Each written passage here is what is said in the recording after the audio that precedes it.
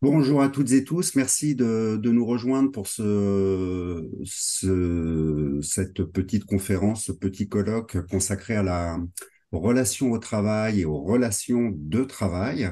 C'est un webinaire qui est organisé conjointement par l'Institution pour le progrès social dans l'industrie, l'IPSI, qui est une institution paritaire qui regroupe des employeurs de la métallurgie et des syndicalistes de la métallurgie, et la chaire de recherche mutation, anticipation, innovation de l'IAE de Paris qui s'occupe de ce qui change dans le monde du travail, de la façon d'anticiper ces changements et de détecter des innovations qui permettraient d'accompagner ces changements au mieux.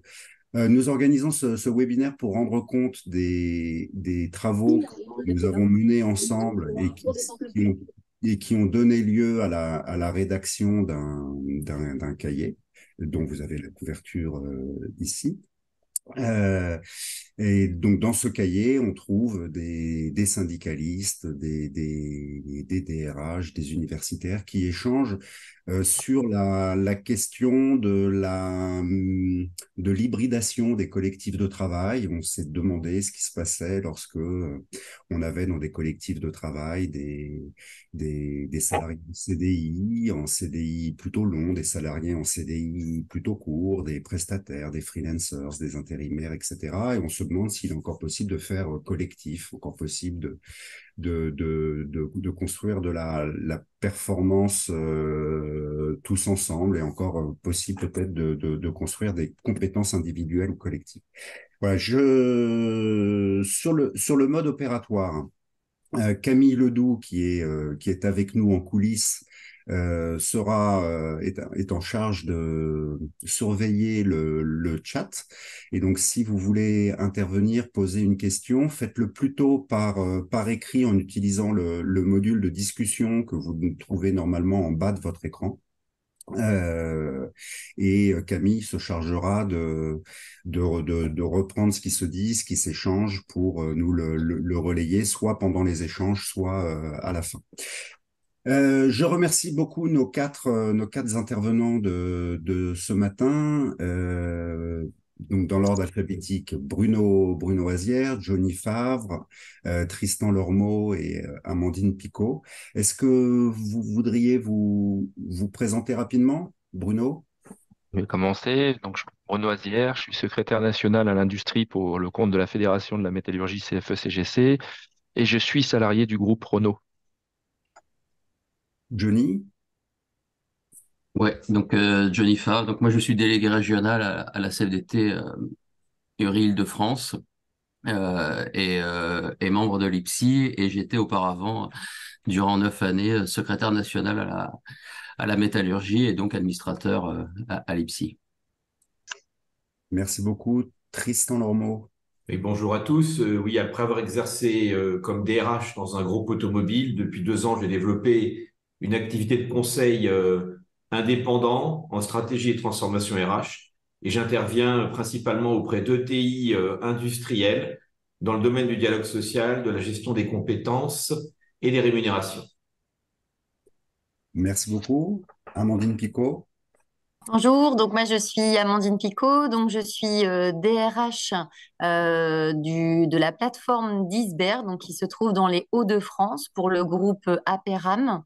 Cette plateforme occupe environ 600 salariés, donc là dans les Hauts-de-France. Et j'ai une autre casquette aussi au sein du groupe Aperam. Je suis responsable des relations sociales France. Et à savoir que voilà, sur, on va dire, le territoire national, Aperam compte 2500 salariés. Donc nous sommes dans la métallurgie. Clairement. Merci beaucoup. Donc, vous voyez donc un panel de syndicalistes et de représentants des employeurs ou même d'employeurs, enfin, ou de représentants de direction. Moi, je voulais vous poser une première question d'abord à tous les quatre.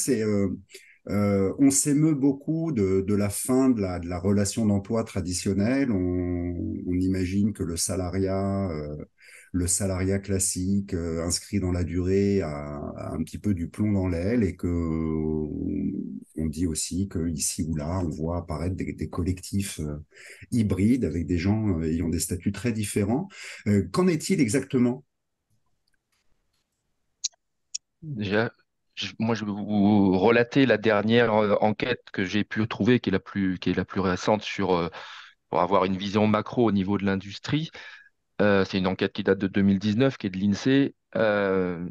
Dans notre secteur, donc notre secteur industriel, le contrat de travail qui domine très largement encore la situation, c'est bien le CDI, hein, 85% des contrats dans l'industrie sont du CDI, les 15% restants se séparant pour une bonne moitié pour l'intérim et pour l'autre moitié entre les CDD et les contrats d'apprentissage, sans compter l'appel à la prestation qui est quelquefois fait dans certains secteurs industriels, qui est la plupart du temps pourvu par des salariés qui sont en CDI dans leurs entreprises de services. Ok, donc le recours à la prestation n'est pas forcément synonyme de précarité pour les travailleurs concernés, en En fait. grande majorité, non. Ok, très bien. Est-ce que c'est le cas également chez Aperam dans l'automobile? Alors, côté Aperam, clairement, là, je rejoins ce qui vient d'être dit, hein. Dans le modèle, on reste majoritairement, hein, sur des emplois en CDI. Mais quand je dis majoritairement, on est aux alentours des 95%, hein, donc on est au-delà du chiffre qu'annonce Monsieur Azière. Donc, c'est plutôt, on va dire, le format traditionnel. Une particularité, hein, je pense qu'on retrouve dans la métallurgie, enfin voilà, dans les sites industriels, c'est qu'on a recours aux prestataires. Donc ça, c'est quand même quelque chose qui est présent dans nos industries, qui s'explique en fait par, voilà, on va dire, on va avoir des périodes, hein, par exemple sur des travaux, des interventions particulières de main-d'œuvre supplémentaire, hein, pour exercer, voilà, des remises en état ou voilà, des interventions, ou alors des études très ponctuelles sur des projets très spécifiques. Donc là, on va avoir recours, voilà, à la prestation, plutôt dans le sens où on va aller chercher en fait des compétences particulières, ou alors avoir voilà, gérer un pic, on va dire, d'activité ou d'intervention. Donc la prestation est aussi, les contrats de prestation sont quand même utilisés, voilà, dans nos organisations. Côté intérim, donc là, moi, vraiment, hein, pour avoir fait plusieurs voilà, expériences industrielles dans la verrerie, etc., pour moi, le recours à l'intérim va vraiment dépendre aussi de la qualification des emplois.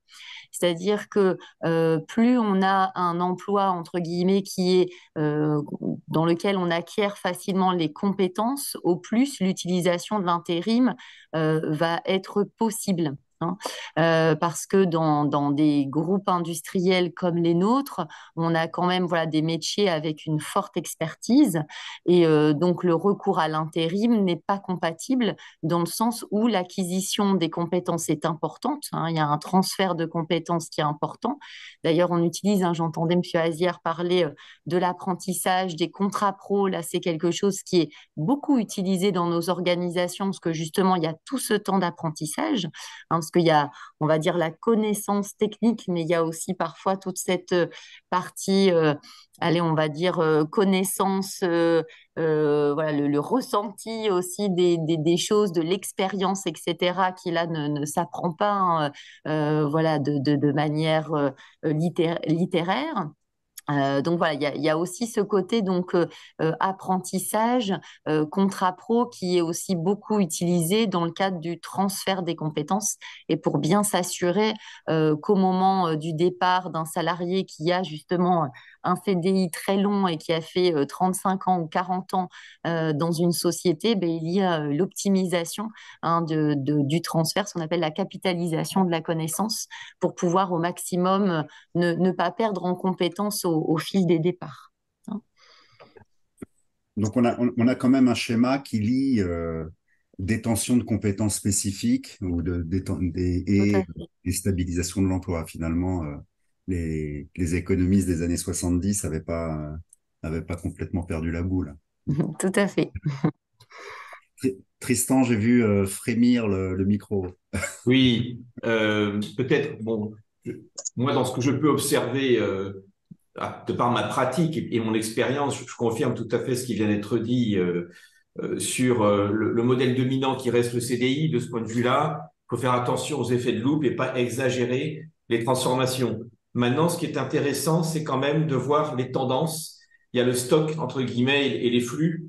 Et disons que début des années 2000, même fin du XXe siècle, ce qui dominait, c'était les entreprises qui étaient, je dirais, les forces les plus leaders dans la transformation du marché du travail, le développement de l'intérim, le développement de la prestation, avec l'idée d'une précarité subie quelque part par les salariés, d'où les statuts protecteurs qui ont été mis en place à juste titre sur tout ce qui était à la fois les CDD et l'intérim et les protections juridiques autour de la prestation. Maintenant, depuis une dizaine d'années, avec une accélération qui s'est faite au moment du Covid et de l'après-Covid, ce qu'on voit, c'est que aujourd'hui, cette transformation, elle est plutôt menée à la fois par les salariés, par la société, par les offreurs de travail, les offreurs aussi de technologies qui permettent un développement de l'activité indépendante, fiable, rentable, hors des circuits formels et des CDI. Donc, en termes quantitatifs, ça reste assez largement minoritaire. Par contre, ce qui est intéressant, c'est la tendance et qui mène les transformations. Et ce qui prévaut aujourd'hui dans les entreprises, c'est plutôt un sentiment d'inquiétude quant à la sécurisation de leurs compétences. Une espèce de peur de manquer qui fait que finalement, l'équilibre entre le salarié et l'entreprise dans la contractualisation du travail ou l'accord qui se fait autour du travail a quand même évolué et beaucoup de DRH vous le diront. Aujourd'hui, on n'est pas sûr quand on a obtenu l'accord d'un candidat que finalement cet accord va effectivement être mis en œuvre, etc. On a également des personnes qui ont choisi le statut d'indépendant. J'en suis un exemple d'ailleurs. Ce qui me semble intéressant de ce point de vue-là, je pense que l'industrie n'est pas le secteur le plus en pointe. Ce qu'il faut regarder, c'est la santé, où là, déjà depuis plusieurs années, et ça se pérennise et ça se développe encore plus aujourd'hui, il y a le développement des intérimaires choisis dans les hôpitaux, déjà les médecins, ensuite ça a été les infirmiers, et on voit apparaître aujourd'hui dans les EHPAD les aides-soignants, les auxiliaires de vie qui sont auto-entrepreneurs. Donc je pense que la santé, le secteur de la santé et du soin nous montre quelque part plus d'évolution, plus ce que peut être l'avenir que l'industrie aujourd'hui. Oui, alors il y a peut-être des secteurs, la santé, l'informatique, évidemment l'audiovisuel, où on aurait d'autres tendances avec une généralisation des contrats courts. Et ce qui est intéressant aussi, c'est peut-être de pointer que des gens peuvent avoir des CDI, mais pour autant ne pas être attachés dans la durée à une organisation, peut-être. Johnny? Ouais, enfin, je pense que effectivement, comme ça a été dit, Tristan l'a dit, faut faire attention de pas généraliser des choses qui se passent, mais le CDI reste quand même et le besoin de sécurité et surtout dans les périodes de crise qu'on traverse, ça reste quand même quelque chose d'important pour les salariés. Et sécurité CDI, c'est sécurité de l'emploi avec ce bien sûr le lien de subordination. Il apparaît quand même une recherche aussi pour beaucoup d'une volonté peut-être de davantage d'autonomie, de liberté d'action, d'entreprendre, davantage d'équilibre aussi vie pro, vie perso qui peut donner envie d'aller vers de l'auto-entrepreneuriat, de l'indépendance, etc.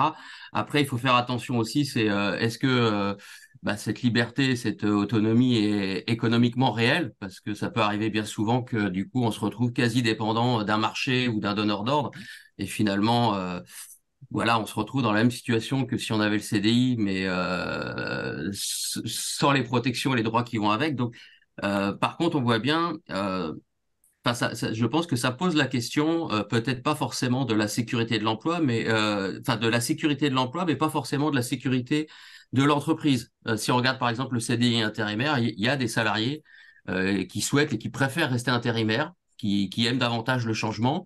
Et puis, bah, avec des compétences particulières, ils peuvent aller d'une entreprise à l'autre. On a l'exemple, par exemple, dans le Nord sur l'automobile, où des intérimaires peuvent aller d'un constructeur à l'autre. Donc, je pense que ça pose aussi la question de comment on peut avoir aussi des droits qui soient attachés à la personne et qu'on puisse sécuriser les parcours, l'emploi dans une filière, dans une branche et pas nécessairement dans une entreprise. Donc, je pense que la sécurité, la liberté d'entreprendre, tout ça, c'est des choses importantes, mais qu'il faut pas forcément s'attacher peut-être à l'entreprise. C'est plutôt ces évolutions qui peuvent être se profiler. Il m'a semblé qu'il y avait peut-être l'idée dans ce que vous veniez de dire que les salariés peuvent trouver dans le cadre du CDI l'autonomie ou la flexibilité, le possible qu'on ne trouvait pas avant. Est-ce que c'est que peut-être que les CDI ont changé aussi? Ah, je sais pas si. Alors, ça devait transpirer peut-être dans ce que je pensais, mais je sais pas si c'est la réalité. Mais je pense que dans les discussions qu'on a, et ça pose la question aussi de ce besoin d'autonomie et de pouvoir agir sur son travail. Ça me semble important. Mais y compris dans les relations, voilà, dans l'entreprise. Est-ce que c'est une réalité aujourd'hui? Ça renvoie à d'autres échanges Ouais, à suivre. ça renvoie à d'autres cahiers de l'IPSI peut-être. Bruno, merci d'avoir amené des chiffres pour démarrer la discussion et merci aussi à Amandine de l'avoir fait. Mais alors, si la moyenne dans l'industrie, c'est 85% et si chez Aperam, c'est 97, il y a peut-être des endroits où on est à 50. Hein, c'est-à-dire que et donc je ne sais pas si vous avez une vue transversale vous sur ce qui se passe dans les différentes entreprises de la métallurgie. Est-ce que on aurait des endroits plus marqués par l'hybridation que d'autres? Alors, comme je l'ai signalé, c'est ce type d'enquête plutôt très macro et elle est aujourd'hui identifiée telle que je viens de vous la relater. On n'a pas plus de détails. La métallurgie étant plutôt une branche à l'intérieur de l'industrie relevant, j'allais dire, la moyenne. Donc c'est ce qui nous occupe aujourd'hui. Parce que on a, notamment dans les observatoires de la métallurgie et quelques données aussi qui démontrent qu'on est plutôt au-dessus de ce chiffre. Pour les autres branches, ça m'est un peu plus délicat d'aller regarder. Je suis pas sûr qu'il y en ait au point d'aller jusqu'à 50, mais probablement qu'il y en a forcément certaines qui sont en dessous. Euh, et probablement, enfin, de ce que j'ai pu voir, c'est aussi plutôt la proportion de CDD qui est un peu plus importante et la proportion des fois à aller chercher l'intérim. Voilà, j'ai pas encore vu. Alors, ça date de 2019, hein, comme l'a dit Tristan. Il s'est passé quelque chose au cours de cette année qui a probablement, là, dans le flux, un peu modifié les paramètres et il faudrait attendre une prochaine enquête pour pouvoir la constater réellement. Genre, en tout cas, dans les échanges qui viennent d'être produits, euh, ce qui démontre au moins une chose, c'est que le salariat n'est pas en danger, je vais le dire comme ça. Maintenant, il a l'obligation, je pense, comme ça vient d'être dit, parce que c'est une recherche permanente des salariés, il a l'obligation d'intégrer des diversités de relations avec l'emploi. Le télétravail en est un exemple parfait, hein. Voilà, on veut organiser la situation de l'emploi un peu différemment. Donc c'est plutôt dans ce domaine-là où je pense que le salariat, bien qu'il restera, enfin voilà, il y a d'autres formes de contractualisation qui vont arriver, mais il restera très dominant. Je pense qu'il a par contre l'obligation de changer en interne. Il a déjà commencé à le faire. Et alors j'ai l'impression que vous nous parlez surtout des effectifs productif, en fait, hein. Vous nous parlez de l'atelier, vous nous parlez de l'usine. Est-ce que le même attachement au salariat se retrouve dans des fonctions plus support ou plus éloignées, ou nécessitant peut-être des expertises moins spécifiques. Qu'en est-il au service marketing, au service RH, dans les DSI? Est-ce que vous avez des... Alors moi, il y a deux points sur lesquels je voudrais revenir. Alors déjà, répondre à votre question, Florent. On va dire sur cette partie, est-ce que ça touche aussi, enfin, est-ce que les fonctions support, on va dire, réagissent différemment dans la relation de travail? Non, moi, j'observe pas de différence, hein. C'est vraiment, enfin, pour moi, le fonctionnement est le même et je fais pas de différence. Et il n'y a pas de différence entre les fonctions support, on va dire les indirectes et les directes. Par contre, je souhaitais rebondir sur ce que Monsieur Johnny disait tout à l'heure. Moi, je trouve que ce qui a finalement le plus évolué, en tout cas ces dernières années, c'est vraiment cette recherche en fait d'équilibre vie pro, vie perso. C'est-à-dire qu'à aujourd'hui, on va avoir vraiment une recherche, et là, pareil, hein, direct ou indirect, hein, des personnes d'avoir cet équilibre. Donc sur les fonctions, là, sur les fonctions, on va dire indirectes, hein, les fonctions support, c'est sûr que le recours au télétravail, c'est quand même une dominante importante, voilà, dans l'équilibre, hein, qui s'est aussi fortement développée avec malheureusement la crise Covid que l'on a traversée. Et je dirais sur les fonctions directes, ce que l'on peut observer aujourd'hui, c'est vraiment toute cette partie en fait allongement du travail, conditions de travail, hein, qui va faire qu'on va beaucoup travailler avec les partenaires sociaux, hein, parce que ça se construit, hein, tout ça. Toute la partie, on va dire, pénibilité au travail, hein. Quand je dis pénibilité, c'est au sens large. Donc voilà, je dirais c'est plus finalement on est dans le modèle de rapport salarial qui a très peu évolué, c'est plus finalement les attentes, voilà, les évolutions de génération, les équilibres vie privée, vie pro qui vont faire que l'on va avoir, on va dire, des politiques sociales, hein, avec lesquelles on va travailler avec les partenaires sociaux pour justement conserver cette dynamique, hein, d'avoir des salariés qui soient fidèles à l'entreprise, et voilà, qui soient finalement attachés et qui souhaitent être sur du CDI de longue durée au sein de l'entreprise. Voilà, ça me faisait penser à ça par rapport Oui, à oui, oui. l'intervention de Monsieur Fabre. Mm. Merci beaucoup. Alors, du coup, bon, bah, le constat, il me paraît assez bien posé, puis assez bien partagé entre vous quatre.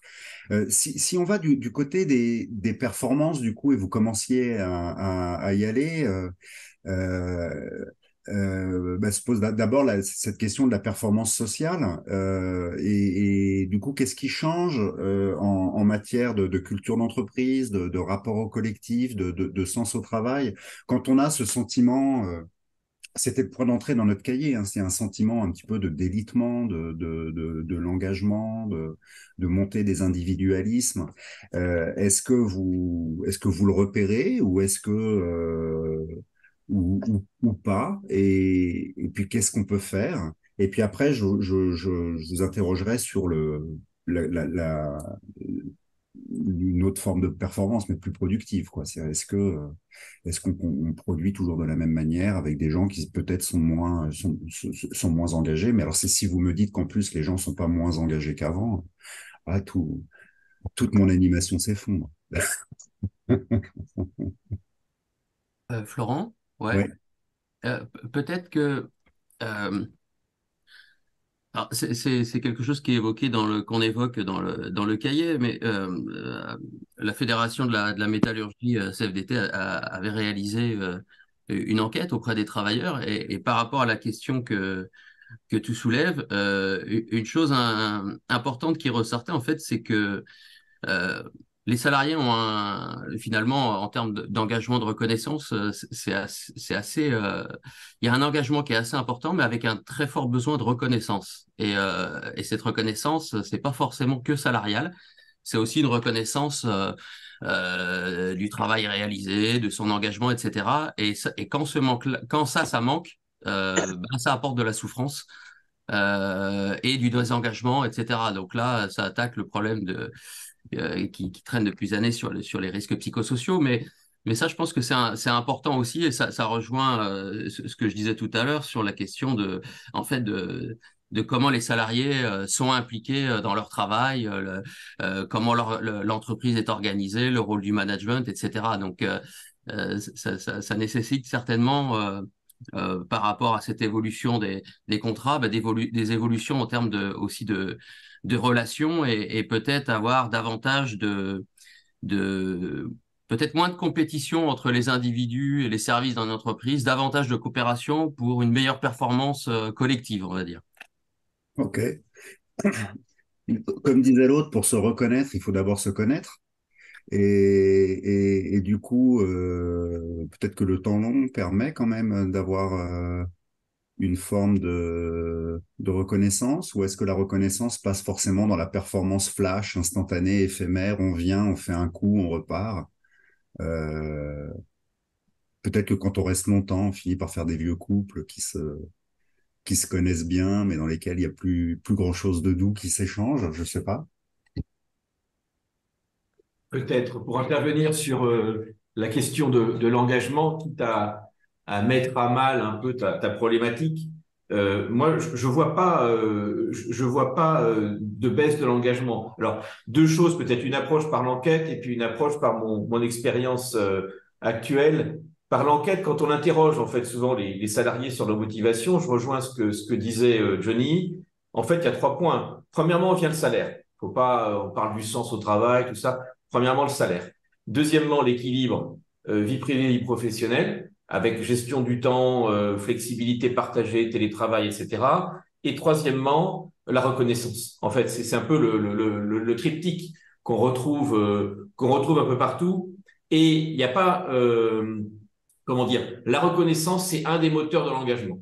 L'exemple que j'ai envie de partager avec vous ce matin, je suis en train d'accompagner un groupe industriel sur la mise en place de la nouvelle classification dans la métallurgie. Et quand vous faites ça, il y a une étape où vous devez établir des fiches d'emploi où vous allez décrire le travail des gens et demander aux gens quelque part de valider ou valider, c'est pas exactement ça, mais en tout cas de prendre connaissance de la description de leur travail.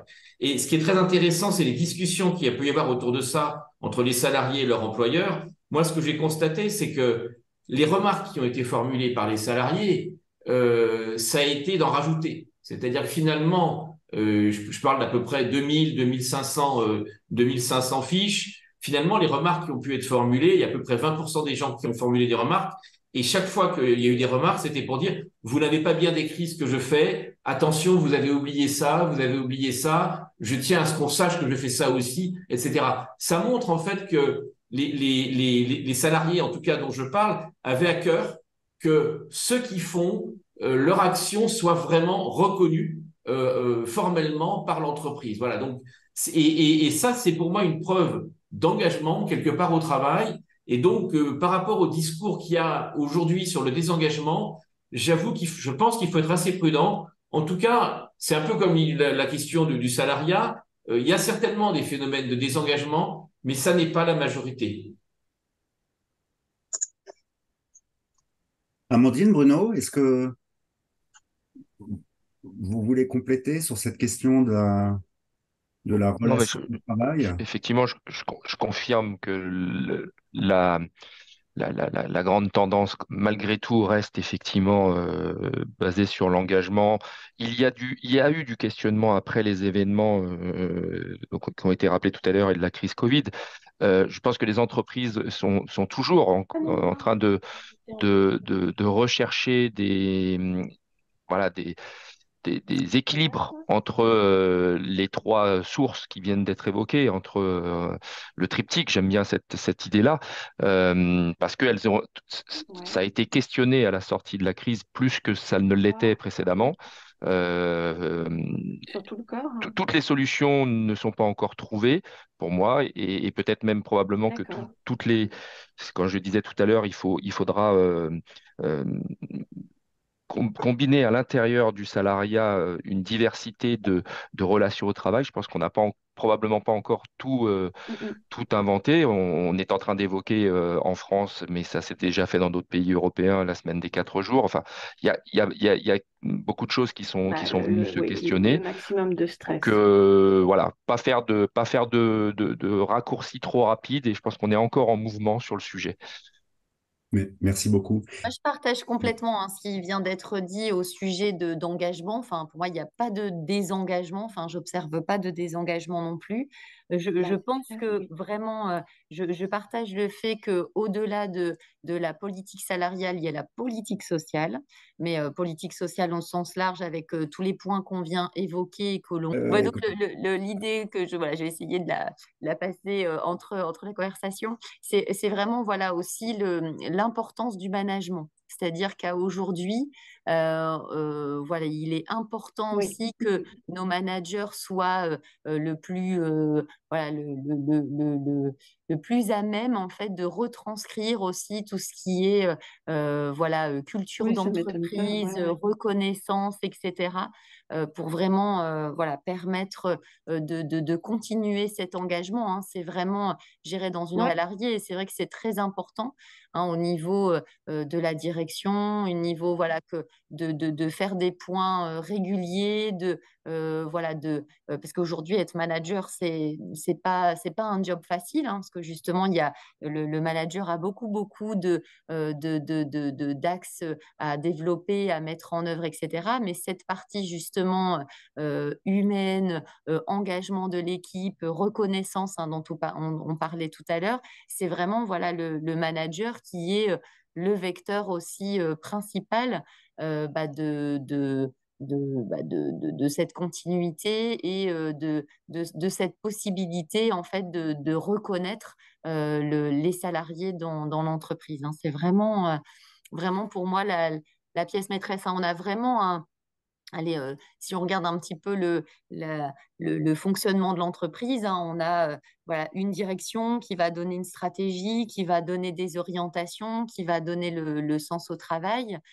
On a le management qui, lui, va relayer en fait auprès des équipes toute cette stratégie et tout cet engagement. Et puis, on a vraiment gérer accompagnant la direction et accompagnant le management, toute la partie dialogue social qui va permettre justement dans ces équilibres sociaux, dans l'échange avec les partenaires sociaux sur l'évolution aussi des cultures, des attentes, etc., de construire en fait des politiques sociales qui vont faire qu'il va y avoir une fidélisation finalement du salarié, une reconnaissance. On parlait tout à l'heure des parcours professionnels, on parlait tout à l'heure de la mise en place de la nouvelle convention collective avec la classification, tout ça. Tout ça, c'est vraiment donner du sens, vraiment reconnaître le salarié au travail, donner des évolutions de parcours professionnel. Et tout ça, ça doit être construit vraiment avec l'ensemble de ces acteurs de l'entreprise. Et il n'y a pas, voilà, il n'y a pas une primauté, on ne se dit pas l'un, voilà, c'est vraiment travailler ensemble pour atteindre cette, euh, cette implication et cette motivation générale, ce climat social, on va dire, qui va permettre une fidélisation du salarié dans l'entreprise. Je crois que Gérard Donadieu, qui était professeur de GRH à l'Institut d'administration des entreprises il y a quelques décennies, parlait du clavier du dialogue social, enfin, ou du clavier de la régulation du social, en disant qu'il y avait plusieurs touches sur Mm, lesquelles on pouvait appuyer et qu'on s'en tirait mieux quand on maniait l'accord mm, plutôt que le piccato.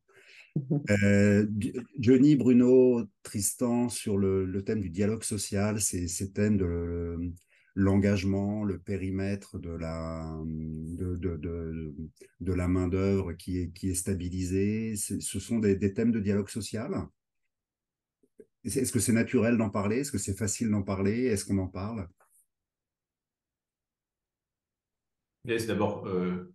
Je vais intervenir.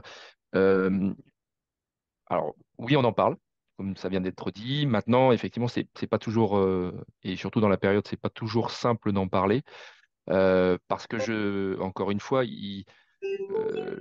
le dialogue social part, pour qu'il soit, et pour tous les sujets c'est vrai, mais pour celui-là en particulier, il faut qu'on ait un constat partagé. Et je pense que faut être humble, que Ouais, ce vas-y. soit les employeurs comme ce sont les organisations syndicales. Tout ce qui touche depuis les derniers événements et aussi, on a oublié, mais le numérique et puis les générations qui ont des attentes différentes, en tout cas percutées avec des attentes différentes de ce qu'on connaît. Il faut rester humble sur notre capacité à avoir compris tout ce qui est en train de se passer et donc d'adresser les bons sujets au travers du dialogue, au travers d'accords, hein, tout simplement. Donc on en discute, c'est pas simple. Pour être tout à fait transparent. D'ailleurs, la, on a parlé tout à l'heure de la négociation de la nouvelle convention collective de la MRG. Bon, c'est pas, vous voyez, ça n'a pas été un sujet de branche. Alors, c'est probablement pas un sujet de branche, c'est plutôt un sujet d'entreprise, mais néanmoins, on l'a pas vraiment abordé au cours de cette période. Donc, voilà, Je- pour mon premier témoignage à chaud sur ce sujet.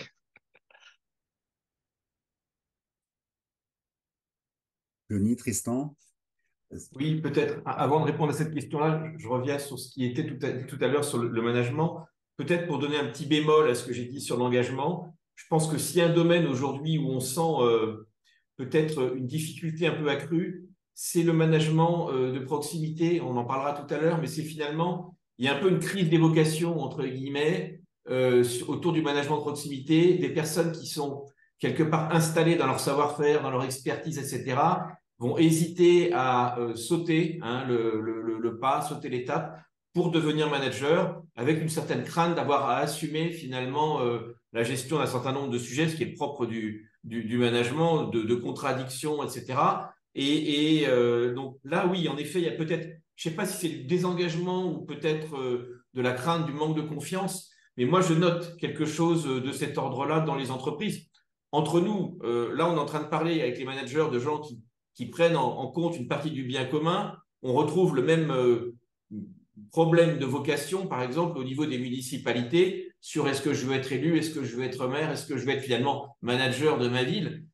C'est pas très éloigné, à mon avis, comme problématique de se dire, est-ce que je fais le saut de prendre des responsabilités? Donc là, pour moi, c'est pas un désengagement vis-à-vis de l'entreprise ou du travail, c'est peut-être la crainte de s'en mettre un petit peu trop sur le dos et de ne pas pouvoir l'assumer. Donc ça, c'est un premier point. Concernant la question que tu poses sur le dialogue social, moi je pense que, et sur l'équilibre de l'emploi, alors il y a eu des très beaux accords, moi je pense qu'il faut toujours regarder dans la méta l'aéronautique et l'automobile, parce qu'ils sont souvent quand même, enfin voilà, ils montrent souvent le chemin, avec tout le respect que j'ai pour les autres branches hein, de la méta, mais où là en effet on peut quand même construire par le dialogue social des accords sur la gestion des compétences, sur les besoins de compétences de l'entreprise, sur les besoins prioritaires, les besoins prioritaires. Donc le dialogue social peut, alors je ne veux pas citer trop d'entreprises, mais vous regardez quand même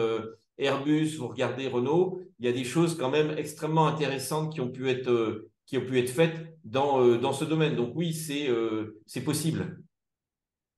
Ok, très bien. Johnny?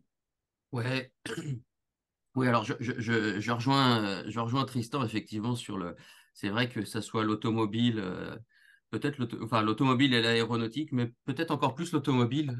C'est vrai que c'est des secteurs vraiment qui sont souvent en avance et en pointe sur tout ce qui est expérimentation, etc. Donc, euh, par contre, peut-être une critique concernant le dialogue social. Je trouve qu'on a tendance à mesurer la qualité du dialogue social au nombre d'accords signés et au nombre de signataires, ce qui n'est pas preuve d'efficacité ni d'opérationnalité. Si on regarde là justement sur la convention collective, la question des classifications avec les postes de travail, Tristan le disait, les salariés ont envie aussi de dire, bah voilà, ça c'est ce qu'on m'a prescrit sur ma définition, mais concrètement dans le quotidien, pour gérer les aléas, etc., je suis obligé de faire ça, ça, ça. Ça c'est comment on le prend en compte. Et je pense que ce qui manque dans beaucoup d'accords, on a tendance peut-être dans le dialogue social à faire des négociations un peu entre experts, hein, donc représentants employeurs et représentants salariés, donc du coup à trop s'institutionnaliser et puis à faire des accords qui manquent un peu d'opérationnalité pour justement les managers de proximité, les élus aussi de proximité, autres que les négociateurs. Et ça me semble important et tout particulièrement sur la négociation obligatoire sur l'égalité pro et la qualité de vie et les conditions de travail. C'est voilà, ça c'est des sujets. La QVCT finalement, c'est des sujets qui englobent tous les thèmes, que ce soit les obligations légales de l'employeur ou tout ce qui est de politique RH habituelle. Souvent, c'est quand même ce qu'on retrouve dans les accords. C'est d'ailleurs que l'ANACT avait analysé. Par contre, tout ce qui est sur l'organisation du travail, le dialogue professionnel, les espaces de discussion, voilà, les expérimentations qui étaient prévues et qui étaient possibles par l'accord l'accord à durée indéterminée, justement, qui permettait d'aller expérimenter, bah, tout ça fait en fait que bah, c'est difficile de trouver les endroits pour le faire et je pense que le dialogue social doit se rapprocher aussi des réalités et pouvoir être plus opérationnel. Ce qui, à mon avis, fait du lien aussi avec la difficulté et les problématiques des managers de proximité. Alors, le manager de proximité, je vous avais promis qu'on en parlerait à la fin. Nous y voilà. Amandine a commencé à en parler. Tristan a, à manifester, enfin, à embrayer, Johnny également. Euh, voilà, c'est si on se met à la place du manager de proximité. Alors, est-ce que c'est mission impossible? Est-ce que c'est vraiment si compliqué que ça d'être manager de proximité? Et comment est-ce qu'on les soutient? Moi, je pense que vraiment le job de management, il est pas simple. Vraiment, il a une complexité, il faut en prendre conscience, hein. Alors, pas en se disant c'est impossible, c'est infaisable, hein, pas du tout, hein, en se disant, en étant clair sur voilà, le positionnement qui n'est pas simple, parce que le management aujourd'hui doit maîtriser. Alors, on pense aujourd'hui à la thématique RH parce qu'on est dans le RH, mais il y a la technique, il y a la sécurité. Enfin, voilà, il doit vraiment, gérer, incarner l'ensemble voilà, des politiques, hein, au sens large de l'entreprise pour justement en échanger avec l'équipe, avoir les débats, être au plus proche aussi du terrain. Donc, vraiment, comment on les accompagne? Alors, il y a cette dimension, je pense, très formation, hein, parce que voilà, il y a aujourd'hui des formations qui peuvent être très aidantes, hein, dans la façon voilà, de communiquer, etc., pour le manager dans les équipes. Mais ce qui est très important, c'est de communiquer, c'est-à-dire d'avoir vraiment des réseaux, hein, avec justement la direction, justement, Monsieur Favre disait faire des accords s'ils sont faits que pour voilà, fonctionner, qu'avec des experts, ça marchera pas. C'est justement aussi tout cet échange pour justement promouvoir ces accords, pour justement les expliquer auprès du management, qui les explique aussi au niveau des équipes. Mais tout ça, ça demande vraiment, il faut prendre conscience qu'il faut prendre du temps pour discuter avec les équipes managériales, avoir des temps avec eux de discussion, de communication, pour vraiment voilà, les aider au quotidien parce qu'ils ont vraiment beaucoup d'outils à maîtriser et à incarner beaucoup de choses. Donc c'est un métier, je pense, passionnant, hyper valorisant, et il faut vraiment qu'en tant que voilà, direction, le management soit vraiment accompagné par les spécialistes, hein, les RH, la sécurité, tous les services, on va dire, support aux techniques, enfin voilà, avoir cette capacité de travailler ensemble. Merci beaucoup. Est-ce que la CFE-CGC a une réflexion là-dessus?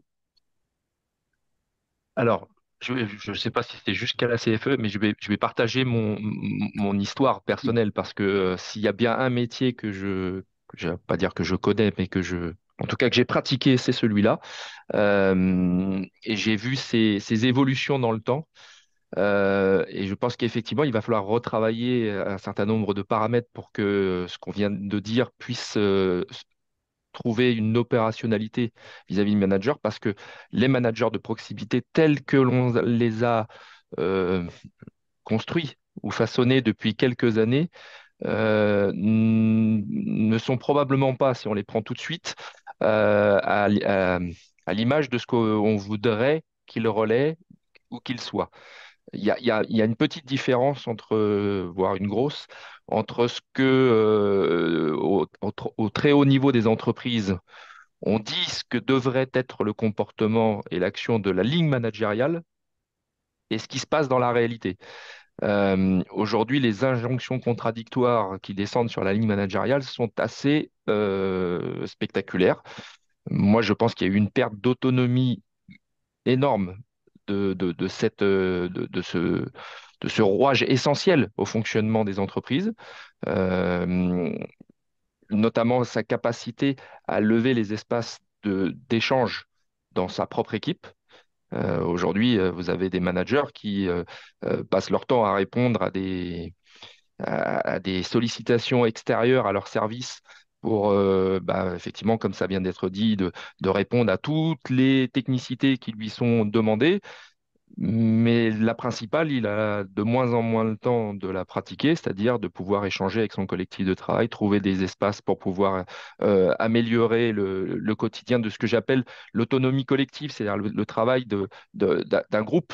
En règle générale, un manager de proximité, il a un petit groupe en dessous de lui et c'est avec ce groupe trouver le sens aussi à ce que ce collectif fait dans l'ensemble de la chaîne de valeur de l'entreprise, ce qui n'est pas toujours très simple. Donc, je pense on a un gros travail à rebâtir ensemble. C'est pour ça que je disais tout à l'heure, on n'a pas encore fini sur ce sujet. Il faut partager ce diagnostic. Ce diagnostic-là, il n'est pas aujourd'hui, je pense, entendu dans l'ensemble des entreprises. Je ne dis pas qu'il n'est pas entendu nulle part, je dis qu'il n'est pas entendu dans l'ensemble des entreprises de la branche de la métallurgie, en tout cas.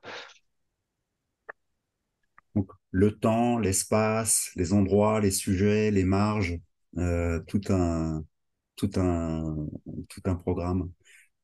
Johnny, Tristan, sur le manager. Johnny. Ouais, non, mais je rejoins complètement ce que Bruno a dit. Hein. C'est le problème c'est ce problème des injonctions paradoxales. Euh, euh, enfin, qu'on d'ailleurs beaucoup de liens aussi avec les problèmes de stress et de risques psychosociaux. Mais ça va dépendre aussi de l'organisation de l'entreprise. Est-ce qu'on est dans une entreprise très pyramidale avec énormément de process, de centralisme, etc. Où finalement on enlève de l'autonomie. Alors dans les groupes, ça peut être on enlève de l'autonomie carrément à l'entreprise, mais à l'établissement. Donc on a des directeurs qui sont même plus des directeurs. Du coup, l'autonomie, quand on descend dans les services ou les managers, c'est encore pire. Donc, ça pose cette question-là parce que du coup, c'est pas non plus le même management. Si on est dans une entreprise très pyramidale, voilà, ça va peut-être être davantage du management directif de contrôle. Donc finalement, ça demande des compétences, des profils. Alors que si on est plutôt dans une organisation où on donne de l'autonomie à la proximité, etc., et que du coup, on est plutôt dans une forme d'organisation apprenante ou en tous les cas qui permet de développer les compétences, le manager, il va devoir faire progresser ses collaborateurs, ses collectifs, faire apprendre, etc. Et donc, du coup, on n'est pas du tout dans les mêmes choses. Et je pense que la société actuelle fait qu'on devrait aller davantage vers cette forme-là. En tous les cas, nous, à la CFDT, c'est plutôt ce qu'on porte, mais on a si on regarde les ordonnances Macron de 2017 qui auraient dû pousser à davantage de ça, je constate davantage de centralisme de certaines entreprises. Euh, et finalement, pour ces managers, on leur demande beaucoup de choses. Donc, il faut qu'ils arrivent à régler des problèmes au plus près, mais en même temps qu'ils fassent du reporting. Enfin, voilà, c'est des injonctions, à mon avis, très délicates et qui doivent en frustrer certains, en décourager certains et peut-être aussi ne pas en attirer d'autres. Par contre, ça pose quand même la question, c'est du dialogue professionnel et des espaces de discussion, parce que voilà, quelle autonomie on laisse aux managers de pouvoir organiser ça avec leurs collaborateurs, mais aussi la question de euh, quelle autonomie on leur laisse aussi d'avoir des espaces de discussion entre pairs, partager leurs problématiques, leurs bonnes pratiques, Moi, ça me semble hyper important aussi. Et une chose que j'aimerais dans l'avenir, j'espère que c'est comme ça que ça va évoluer, mais qu'on voit davantage d'expérimentation, de mise en place d'espaces de discussion sur le dialogue professionnel, dans les accords QVCT, parce que c'est l'occasion de pouvoir négocier des choses concrètes et pas rester sur des choses très périphériques au travail. D'ailleurs, je pense que d'être passé de QVT à QVCT, ça devrait nous pousser à ça. Mais, merci beaucoup. Juste un petit point de méthode. Bruno Azière et Amandine Picot avaient signalé le fait que leur départ à 9h30 n'était pas négociable. Donc, partez quand vous voulez. Je veux juste vous mettre à l'aise et libérer le stress. Pour autant, nous, on va continuer à discuter. D'accord. Tristan, sur le manager de proximité.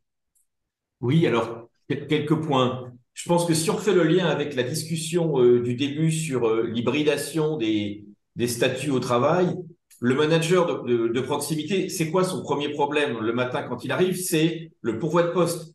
D'être sûr qu'il a bien la ressource qu'il faut pour faire son travail. Ça commence par là. Et le manager de proximité, lui, ne choisit pas de savoir s'il a des intérimaires, des prestataires. Ça, c'est pas de son niveau. En général, c'est pas lui qui va déterminer le statut. Mais du coup, il va se retrouver avec une tâche qui est l'intégration. Donc, c'est un intégrateur horizontal quelque part où il doit faire travailler ensemble un certain nombre de personnes qui ont pas forcément les mêmes statuts. Ça, c'est un premier point. Et c'est vrai que pour lui, ça peut être aujourd'hui un élément de complexité qui peut être accru par le télétravail. Parce que c'est vrai que le télétravail introduit une complexité supplémentaire pour le manager de proximité. Du coup, il y a une citation que je vais faire du cahier. Le cahier parle vraiment beaucoup de tout ce qu'on a dit ce matin, donc je vous renvoie au cahier. Mais je voudrais citer Bruno, qui dit dans son interview, le rôle du manager est de clarifier les objectifs de son équipe, de lui donner de la visibilité sur son rôle. Il faut montrer à chaque entité la place qu'elle occupe sur la photo. Ce n'est pas toujours évident d'avoir cette vue d'ensemble. C'est pourquoi les managers sont indispensables. Donc, j'aime bien le c'est pourquoi les managers sont indispensables parce que des fois, on peut s'interroger sur l'autonomie, etc. Et on voit que là, c'est un des valeurs ajoutées clés du manager, c'est de donner aux gens quelle est leur place sur la photo, à quoi ils servent. On parlait du sens du travail. Et du coup, si on prend les choses sous cet angle-là, la question qui est posée aux entreprises, c'est qu'est-ce qu'ils donnent aux managers comme moyen pour pouvoir donner eux-mêmes à leur équipe leur place sur la photo. Ça veut dire, et c'est pas toujours le cas, que les managers doivent être informés au même titre que les partenaires sociaux de l'évolution de l'entreprise, et pratiquement en même temps, alors sans en respectant les prérogatives des IRP, mais il faut que les managers aient de l'information sur la transformation de l'entreprise, sur ce qui se passe, sur l'activité, une vision plus large que celle de leur secteur pour pouvoir situer le secteur. Ils ont besoin aussi d'autonomie. C'est ce que disait Johnny, de moyens d'autonomie de décision dans la résolution des problèmes de terrain, de moyens locaux d'animation. Et puis, ce sont des personnes à qui on doit donner aussi la compétence de pouvoir s'exprimer en public, d'animer une équipe, etc. Et du coup, pour moi, s'il y a un conseil à donner aujourd'hui aux entreprises en termes de pilotage des compétences, qu'est-ce qui est interne, qu'est-ce qui est externe, pour moi, la compétence à développer en interne, c'est celle des managers de proximité, en s'appuyant sur les personnes de terrain qui ont le plus de potentiel et en développant des programmes de formation interne, de promotion, etc., pour cultiver eux-mêmes leur manager de proximité, parce que en plus, c'est extrêmement difficile de trouver sur le marché externe des managers de proximité qui soient entre guillemets plug and play. Et donc ça, s'il y a vraiment une compétence à construire en interne, c'est celle-là. La compétence technique, on peut la trouver sur le marché. La compétence managériale, elle est beaucoup plus difficile à construire. Mais, merci beaucoup. Moi, j'adore travailler avec l'IPSI. On y voit des DRH qui citent des syndicalistes qui abondent au propos des DRH. On voit des syndicalistes qui disent les salariés ont besoin de reconnaissance et des DRH qui disent non, non, ils veulent de l'argent. Et je trouve ça très, très, très enrichissant. On a une très belle équipe. C'est un plaisir de travailler avec vous. Camille, est-ce que le chat s'est montré prolixe? Ah oui, il y a de nombreuses questions dans le chat. Les interventions font réagir. Elles ont suscité de nombreuses questions. Alors, il y a des questions sur l'engagement des salariés au travail, hein. L'engagement, il est questionné à plusieurs égards. Cécile Dutrio, elle interroge l'engagement des salariés. Elle nous dit, si le désengagement n'est pas d'actualité, comment expliquer le phénomène des démissions silencieuses? Vivien Orléac se questionne sur l'engagement à l'entreprise et l'importance pour les salariés pardon, d'avoir de la reconnaissance de ce qui est fait réellement. Et d'ailleurs, ça rejoint une autre série de questions sur la place et le rôle du management de proximité, hein, dans ce contexte. Ulysse pointe les difficultés pour les managers à apprécier le travail parfois invisible mais bien réel des salariés. Et Média rebondit sur le travail, le désempêchement du manager de proximité qui est parfois empêché justement d'apprécier ce travail réel des salariés au regard des nombreuses tâches qui lui sont assignées. Voilà, il y a encore d'autres réactions, mais peut-être que cette première salve va nourrir des discussions. Voilà. C'est ce premier, voilà les premiers échos. Et puis après, on a d'autres questions très pertinentes, hein, sur les espaces de discussion, sur les tensions qui sont ressenties par le manager de proximité dans ce contexte, et également sur le fait, est-ce que c'est un problème managérial ou est-ce que c'est un problème de forme organisationnelle? Est-ce que c'est la forme organisationnelle qui induit ces comportements? Voilà, là, je vous ai brossé beaucoup de questions, mais peut-être dans un premier temps sur l'engagement qui est questionné. Donc, je ne sais pas. Peut-être Florent, tu souhaites insister sur. Non, non, l'engagement, moi, ça me paraît être un thème, enfin,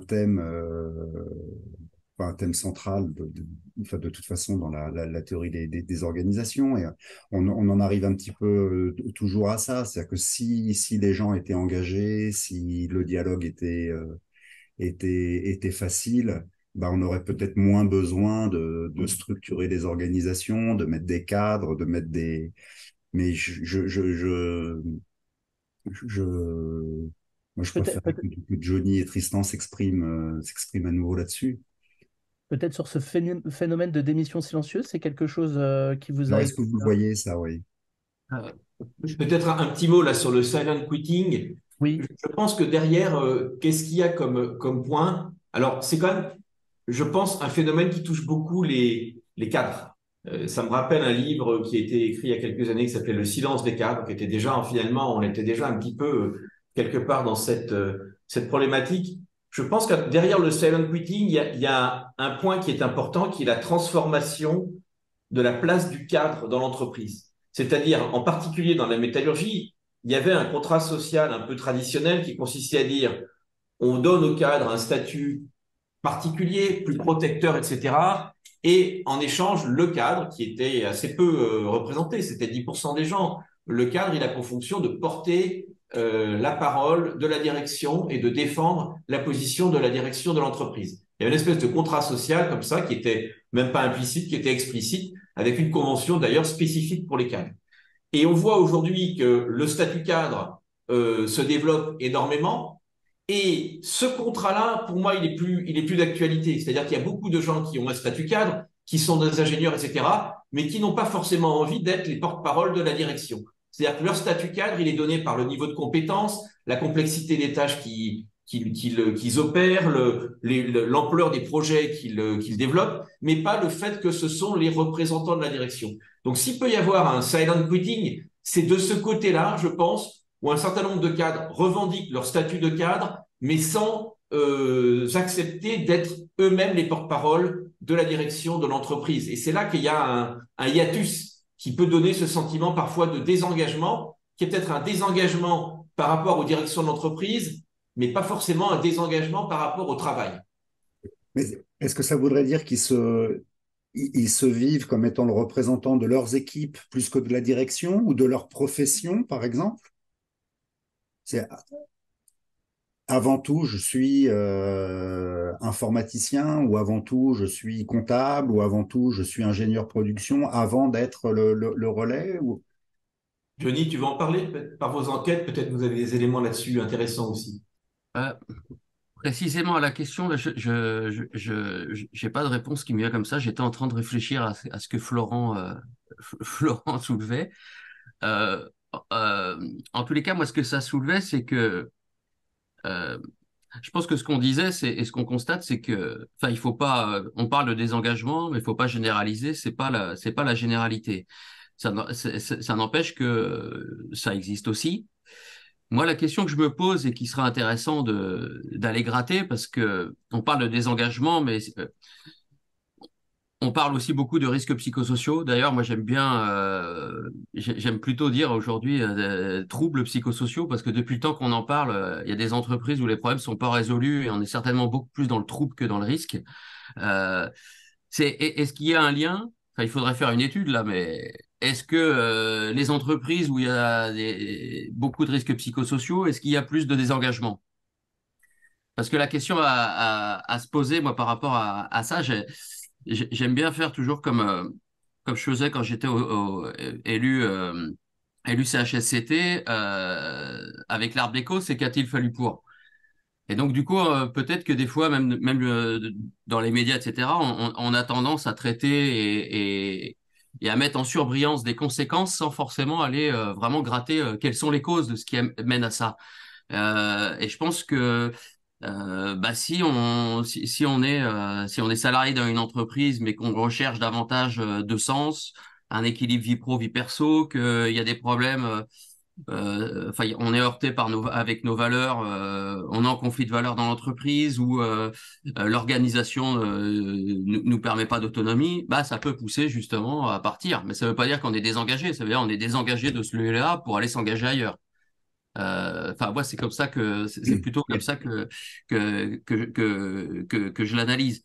Et et des fois, peut-être que ça touche plus les cadres parce que c'est plus facile aussi, c'est plus facile tout de même pour un cadre de rebondir, plus que pour d'autres catégories. Mhm. Mais on constate aussi, et ça on le constatait dans l'enquête qu'on avait fait, c'est que sur ce désempêchement là qu'évoque Mathieu Deschessard, nous, on le constate autant pour les représentants du personnel de proximité que les managers. C'est que finalement, si on peut partir, bah, on quitte l'entreprise, mais si on peut pas, bah, on reste. Mais si on est mal dans ce qu'on fait, bah, on fuit ce qu'on fait. Et on peut avoir des élus comme des managers de proximité qui désertent le terrain parce que bah, ils n'ont pas les marges de manœuvre pour régler les problèmes et qui sont eux-mêmes en souffrance. Mhm. Et je Et le, pense du coup que les représentants du personnel et les managers vivent les mêmes problématiques.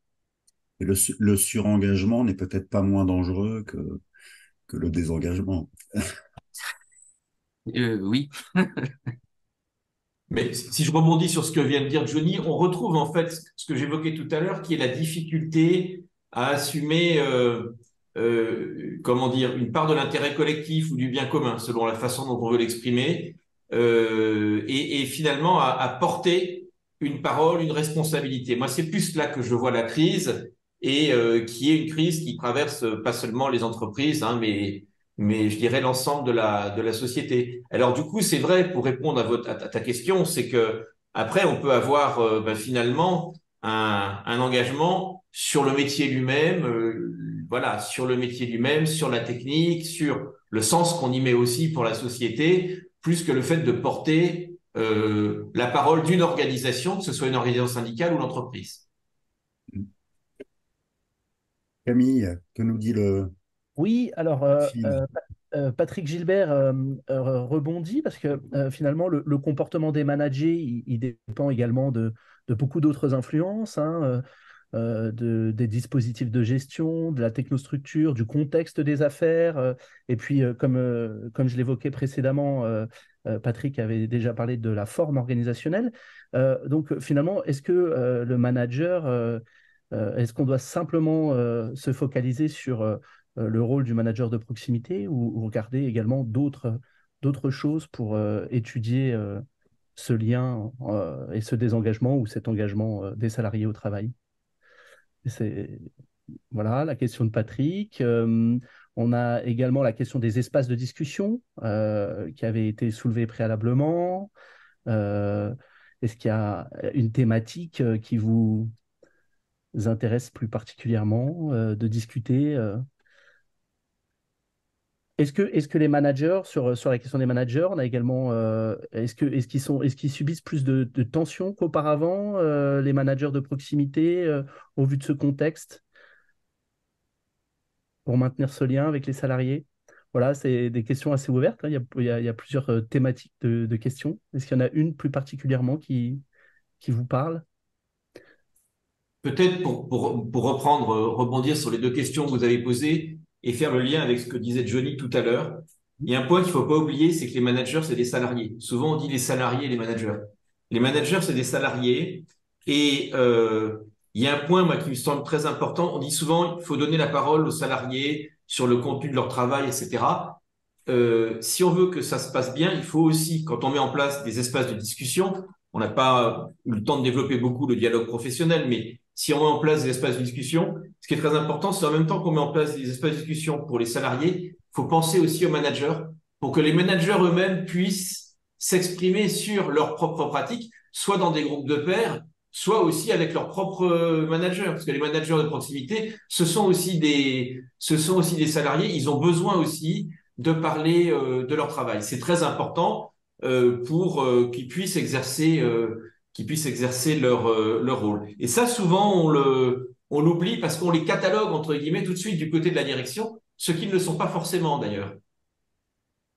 Moi, je partage totalement ce que dit Tristan. Et tout à l'heure, il questionnait sur l'enquête. Ça, c'est quelque chose qui ressortait dans l'enquête que la fédération avait avait réalisé. C'est les salariés attendaient énormément de reconnaissance. Alors, les salariés au global, hein, managers confondus. Dans les réponses, les salariés globalement attendent davantage de reconnaissance, de soutien de la part de leur manager.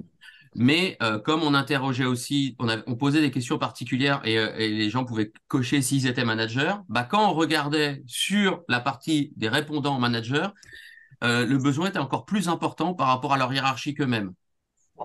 Et donc, c'est vrai que bah, oui, si on met en place, si on expérimente des espaces de discussion, c'est important aussi que bah, les managers puissent avoir leur propre espace de discussion avec leur manager pour parler de leurs problématiques, pour parler aussi, bah, si on est dans des expérimentations, de comment ça se passe aussi avec leurs collaborateurs, qu'ils soient formés sur tout ça, parce que voilà, faire des espaces de discussion, si vraiment on veut le faire et faire du dialogue professionnel en profondeur, ça s'improvise pas. Faut aussi savoir écouter, avoir un cadre, fixer des règles, accepter aussi comment dire. J'ai perdu ce que je voulais dire, mais voilà, qu'on soit pas tous toujours d'accord, mais que c'est dans cette, on va dire, conflictualité ou confrontation positive qu'on peut trouver des solutions et construire des choses ensemble. Mais effectivement, je rebondis sur Camille, je crois que c'est Gilbert qui disait, qu'il avait posé une question sur l'organisation, la technostructure. Je refais le lien avec... Hein? Moi, je me permets justement, ça pourrait être la dernière question finalement, la question d'ouverture.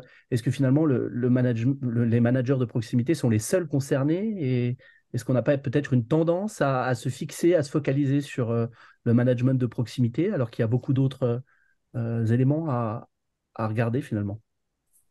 Et d'une manière, enfin, je rebondis sur la question, c'est toujours la même question, mais est-ce que focaliser sur le manager de proximité, c'est pas finalement mettre en avant la figure d'une espèce de Superman ou de Superwoman qui tiendrait les clés alors qu'il y a la conjoncture, alors qu'il y a des règles organisationnelles, il y a des technologies, il y a des tas de trucs qui dépassent un peu tout le monde.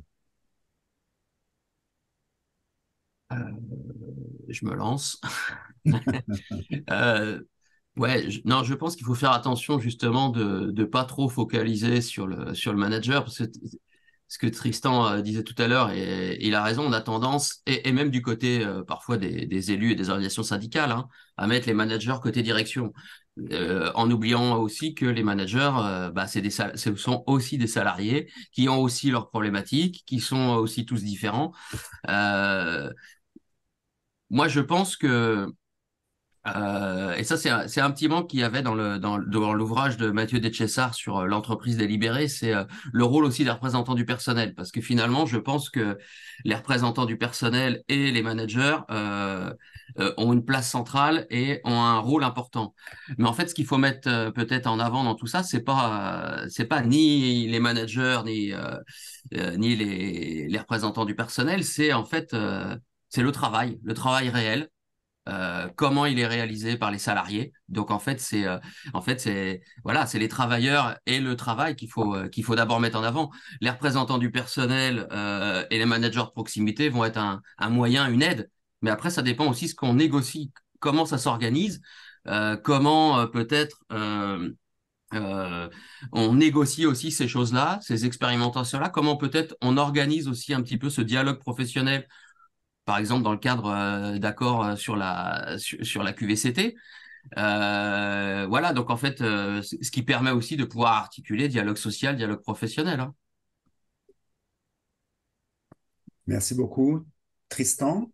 Alors, donc, je vais parler des fonctions support. Je pense que si en effet, si on élargit le spectre, il y a un point qui est important dans le rôle des fonctions support dans l'entreprise, c'est qu'elles injectent en fait dans l'entreprise, vis-à-vis des managers opérationnels, elles injectent de la charge, elles injectent des procédures, elles injectent des outils digitaux. Alors, la fonction RH, la fonction informatique, le contrôle de gestion, le contrôle de production, et donc c'est un peu les vecteurs d'une très forte digitalisation du travail qui va impacter les managers, hein. Donc, il faut regarder les managers dans ce contexte-là.